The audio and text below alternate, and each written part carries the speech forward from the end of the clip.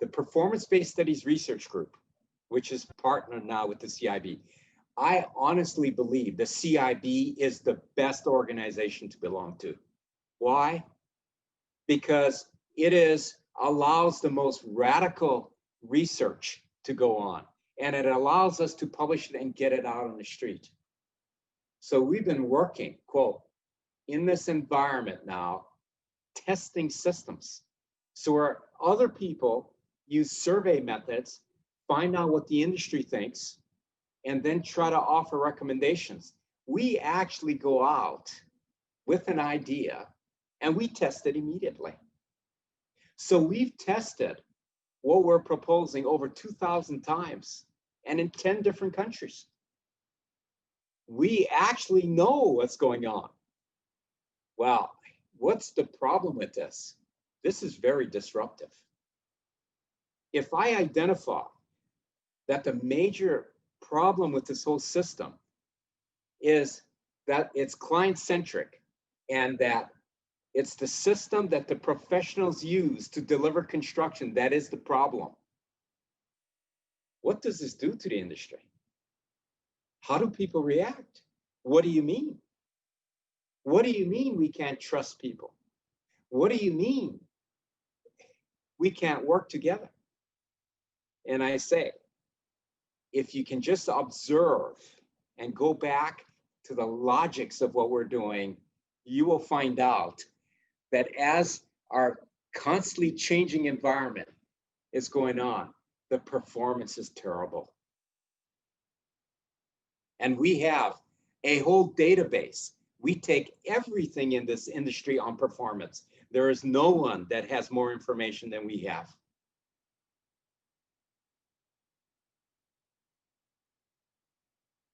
And no matter which way you look at it, if you hang around long enough to see what happens to, quote, the proposals by the professionals, you will see that it always ends up the same way. Now, to be fair to our industry, every industry has this problem. Every industry is operating on this same basis. So you have like industries like the IT industry that waste billions of dollars, where the government actually holds inquiries every 2 or 3 years because their performance is so bad. So this is not only in the construction industry.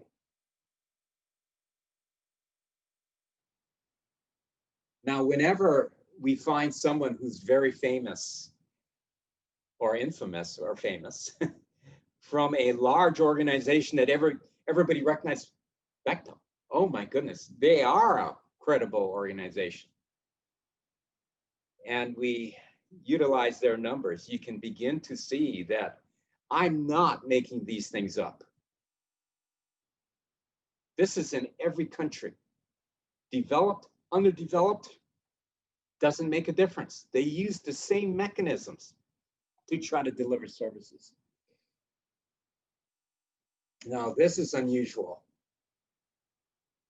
This young man, and no longer young, is in a group called PMI, or the International Project Management Association. So there's PMI and there's IPMA.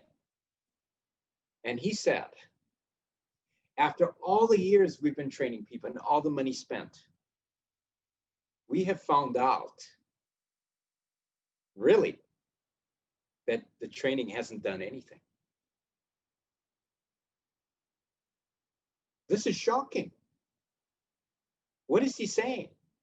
He's saying we can go on and spend millions of dollars in educating organizations and doing the same old thing, but it's not going to lead to anything different. And many of the concepts that are heavily researched at universities, I can tell you right away, we can't get an expert who's alive and get the industry to listen to that expert.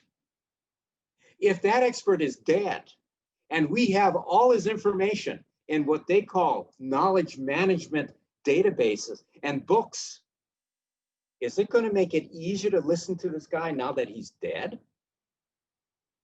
No. all this money, it's wasted.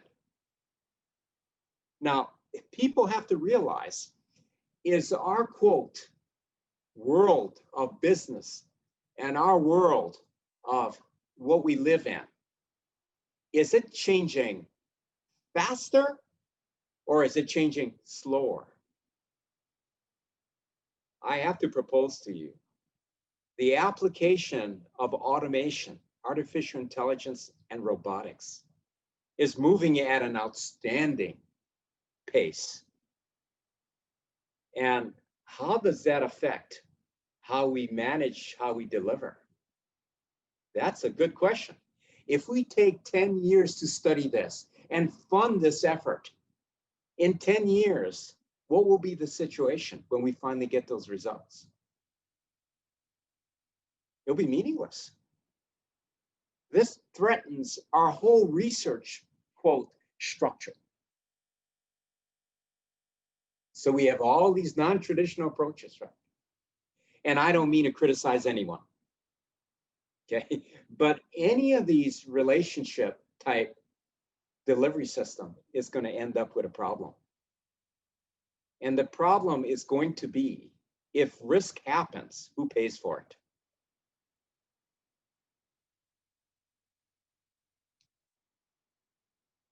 Now, for those of you who track current events, and I recommend, like in the UK, I read the CN, the construction news, every day.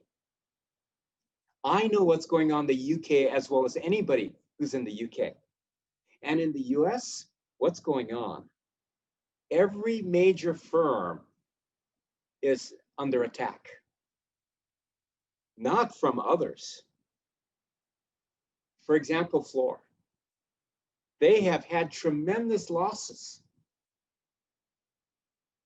They had to, quote, whenever a company is really threatened because their financial stability is going in the tank, what do? They change them out. And the new guy comes in and says, oh, how could they have possibly have done this? This is not a good way of doing business.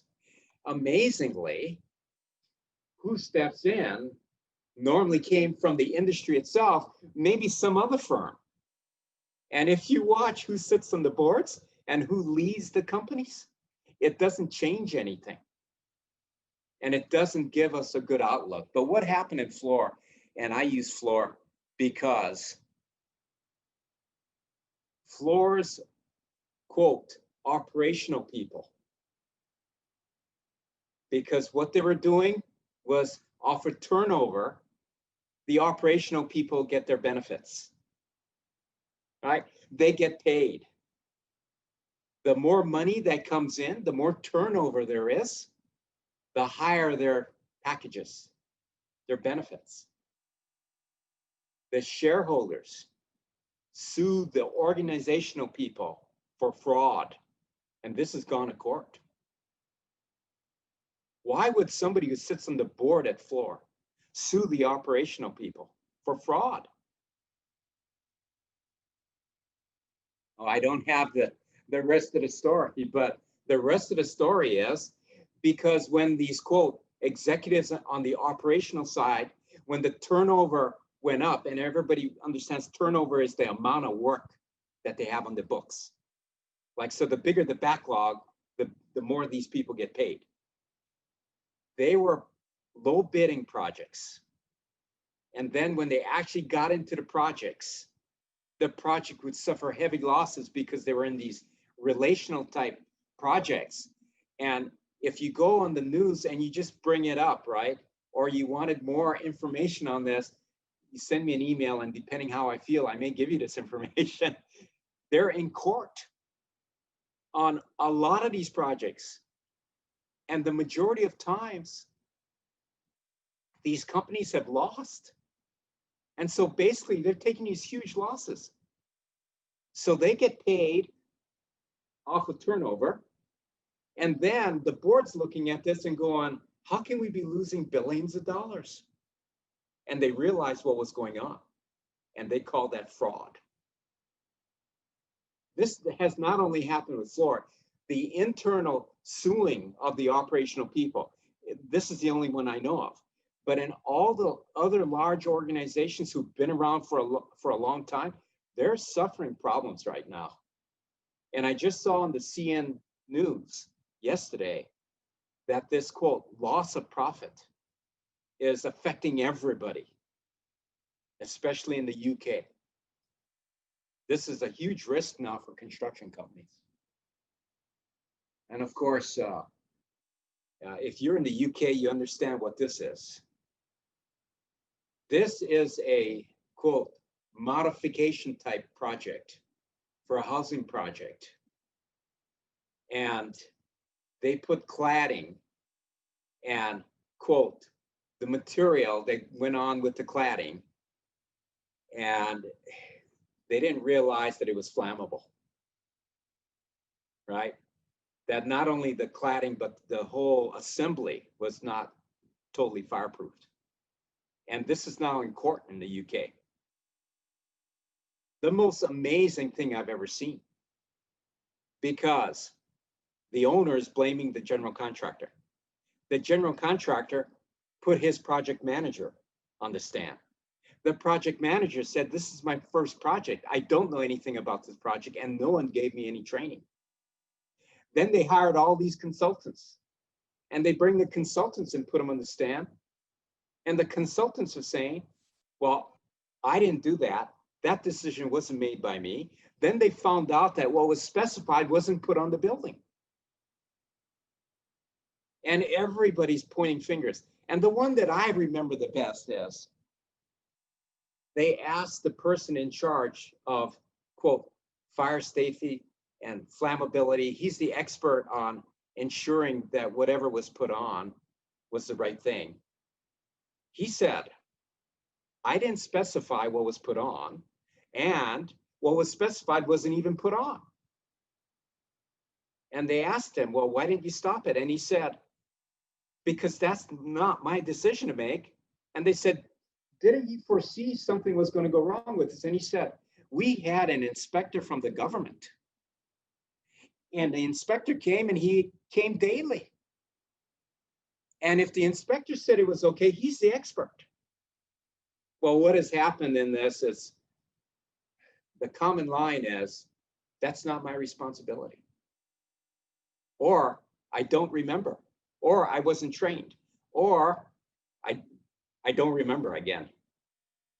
It's an amazing thing to watch, but it shows what's going on in the industry. By the way, the originally specified material was not put on because they're trying to cut costs.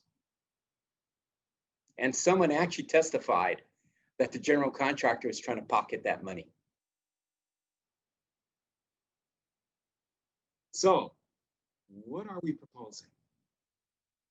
We're proposing simply to identify and utilize expertise. We're going to use a language of metrics to make it transparent.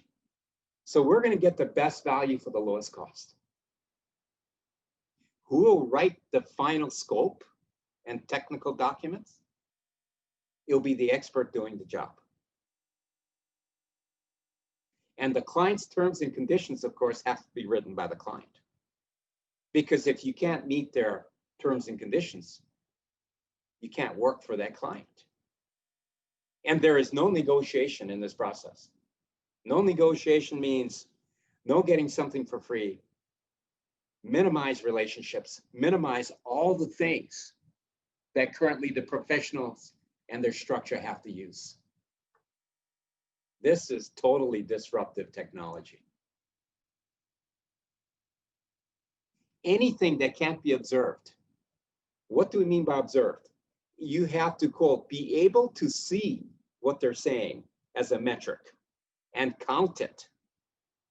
So it has to be observable and countable. And if it's not observable and countable, which means people disagree on what the metric should be, it should be taken out of the specification or the contract. Of course, we want to make this vendor-centric. Now, why would somebody do this? Because over 2,000 tests over 25 years. And we continually run tests.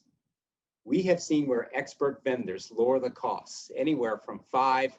We've actually seen in our latest running 50%. Amazing. And why? Why does this work? Because over repeated testing, and I'll show you the data on some of them, we have found out that 90% of all project cost and time deviation is actually caused by the client and their representatives. And there's no argument with that. So everyone in the supply chain clearly sees this. So if you look at now, we're trying to utilize experts who simplify, who minimize documentation that is used for communication. And then we have the existing system run by the professionals.